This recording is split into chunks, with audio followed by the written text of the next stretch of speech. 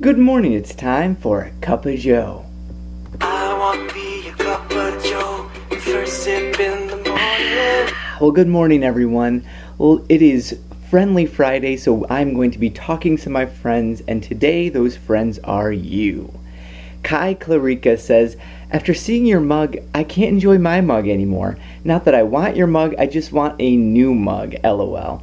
I'm minimalist in other areas, and I'd get rid of my old mug in a heartbeat. I'm not attached. I could get a mug secondhand, or maybe it's just that your mug comes with a song. Kai, I'm sorry for giving you mug jealousy. I would say check out those thrift stores. Everything cool that I've ever found, whether it be a clothing item, my mug, anything like that, anything unique, I've always found at thrift stores. They have just the coolest, most random things. So that's why I frequent thrift stores, or at least I used to a lot more than I do now. You find really cool, unique things, but it can be dangerous. Make sure you keep it minimal. Hashmo101 says, I struggled with this for so long. We're talking here about what do I do if I want to get rid of stuff, but I'm not sure. What if I need it later? What if I need it later? So Hashmo101 says, I struggled with this for so long I could never effectively declutter. I realized the decisions-making process was slowing me down, so I circumvented the process. Anything that didn't have use in the last year, I simply boxed it up, labeled it with the source room, and put it away. No hard decisions. It was always there if I ever needed it. Once I did that, I instantly achieved minimalism, and I could benefit from the time, energy, and space, mental and physical, it had created. I loved my new life where I could focus on the important things, and I never needed or wanted back anything I had boxed up. That meant that when I eventually went to the box, keeping those benefits in mind, it was much easier to let go because I'd experienced how much better life was without that item, and that way outweighed the lingering doubt. This is such a good possibility. I've said it before, and I will say it again. I'm a huge fan of boxing things up and putting them away in an attic, in a closet, in a basement. You don't need to stress out about what if I need it later and try to figure it out right now. Just box it all up. That's what the minimalists, like from theminimalist.com, their boxing party that they talk about. You just box everything up. You can just stow it away, and then you don't need to stress about it. You say, okay, I'm going to keep it there for like a year. You can give yourself a whole year and say, if I don't need that in 1 year through all the seasons, then I don't need it. That's what we actually have stuff in Aaron's parents' basement right now, because right now we're living in a house with her sister. So until her sister moves out, we have less room. So we're storing stuff in that basement, but it's going to be great because then once we do go into that basement to see what we actually need, we'll say, hey, we haven't seen this stuff for months and months, so maybe we don't need some of it. So yeah, if you're worried about how do I get rid of stuff when I don't know if I might need it, just box it up and put it away. And then once you get it away from there, you'll feel how good your life feels without it, and you'll realize you probably don't need it after all. Alright, Sheila Biles says, I'm very curious on your views on prepping.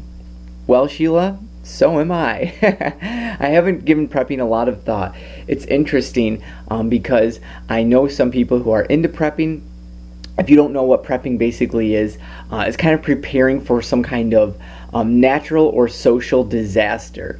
You know, a revolt against the government, a shutdown from the government, some kind, flooding, hurricanes, tornadoes, all those things, natural disasters. So the idea is that you have food stored up, maybe you have a generator to give you power, different things to prepare you for disaster. And there's a sense among some people that a disaster might be coming. I am kind of in agreement with those peoples, but that's neither here nor there. That's in a whole nother video. But the idea of prepping, I don't know. I like it and I don't like it at the same time. I don't like the idea of living in fear where you're just constantly like freaking out, preparing for this and that, but I also don't like the idea of a natural disaster coming and you're just helpless. You have no food, you have no idea. The problem is in today's society, we have no idea how to be self-sustaining. I don't know how to produce any kind of food really. I can't hunt, I don't garden, I have no clue. So if a disaster were to happen, like a real disaster where I can't even get to the store or something, I wouldn't know how to live. That I have a problem. So I'm more a fan of the idea of prepping insofar as you create communities that are focused on producing their own food, kind of self-sustaining. That's the kind of prep that I'm interested in, more than like having a generator and huge stores of food or something like that. I'm just a fan of knowing how to actually make food if I ever need to. So those are my basic, but again, I haven't really thought about it that much, but those are just kind of my general ideas there on prepping. Go On Adventure says, could you please do a video about business ideas, how to start a business, etc. I'm a law school student, but I don't know if I should keep studying when my real dream is to have my own gym or fitness center. All right. First of all, disclaimer here, I am not at all an expert on this. I have not started my own business. I'm not an entrepreneur in that way. I do these YouTube videos, which I don't even have monetized. I don't make any kind of a living off of it or anything like that. So right now I have like a regular job. I work for someone. I'm an instructor. So I can't speak on this basically.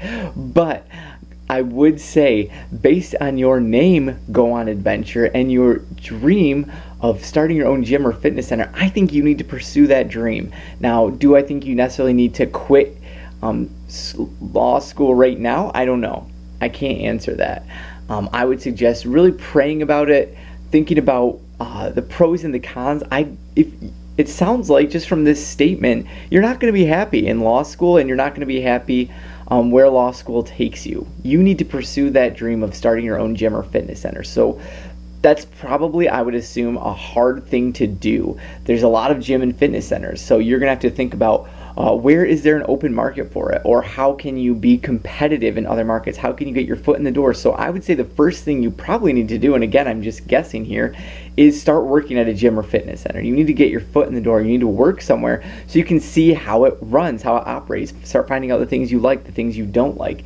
What's the competition? All those things. So I would say maybe you need to either just get a part-time job at a gym or fitness center, or maybe you do need to quit law school and start working at a gym fitness center. Start building that dream. I don't know. So if anyone's done anything similar to this, or there's probably really good videos on YouTube about it. So can you guys link below and help Go On Adventure here. Go on the adventure. Zen Polar Bear 1 says, you use your driver's license more than your gas card? I use my library card more than my ID. Do I have it? Okay, I do have it here. Okay, she's talking about my wallet here and how I said I have my 2 more used cards on the outside and my less used one on the inside. Okay, I admit I use my gas card more than my ID. However, this one's a little bit, it's kind of hard to get out, the middle one. So when I'm using my gas card, I'm just at the gas pump, so I don't mind looking stupid, like I can't get it out of my wallet there. So I don't mind that. However, when I have my ID, like if I'm at a store or out at a restaurant or something like that, or a lot of the places I go to teach, not a lot, but some of the places I go to teach require an ID when I check in. So I'd rather just my ID. Whenever I need my ID, it's a human being asking me for it. So when they say, can I see your ID? Then I can just be like, zing, and there it is. Rather than being like, oh, I rarely ever use this, so let me just get it out. Here's my ID. And so that's why I do it that way. So yes, Zen Polar Bear, you are on to me. Then Polar Bear also says, you can use a black or brown Sharpie to cover the monster logo. I love Sharpies. Oh my gosh, that's such a good idea.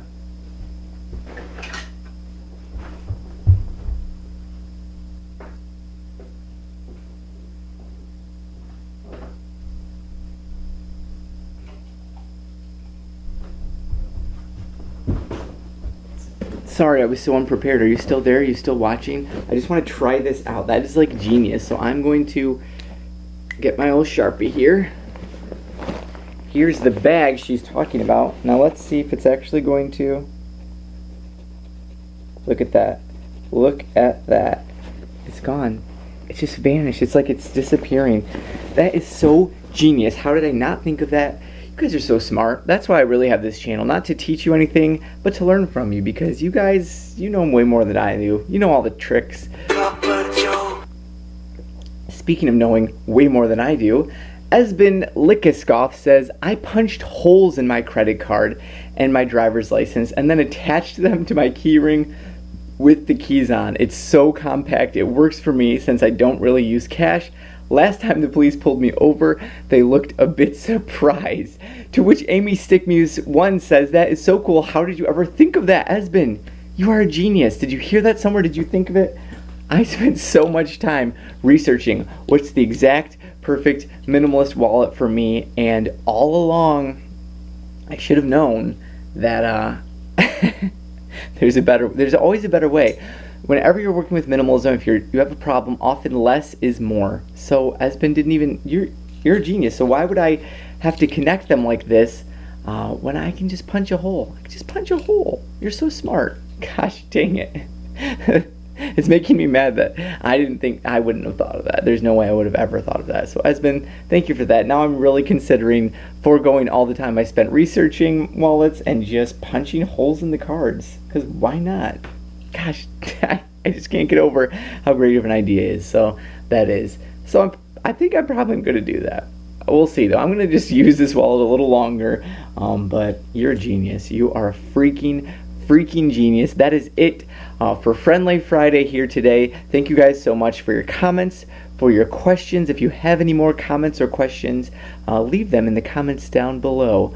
Otherwise, have a blessed day. I want to be a cup of joe.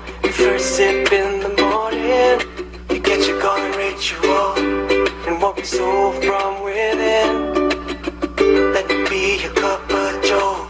First sip in the morning. Baby, Take me as I am. through your veins. Love you, bye.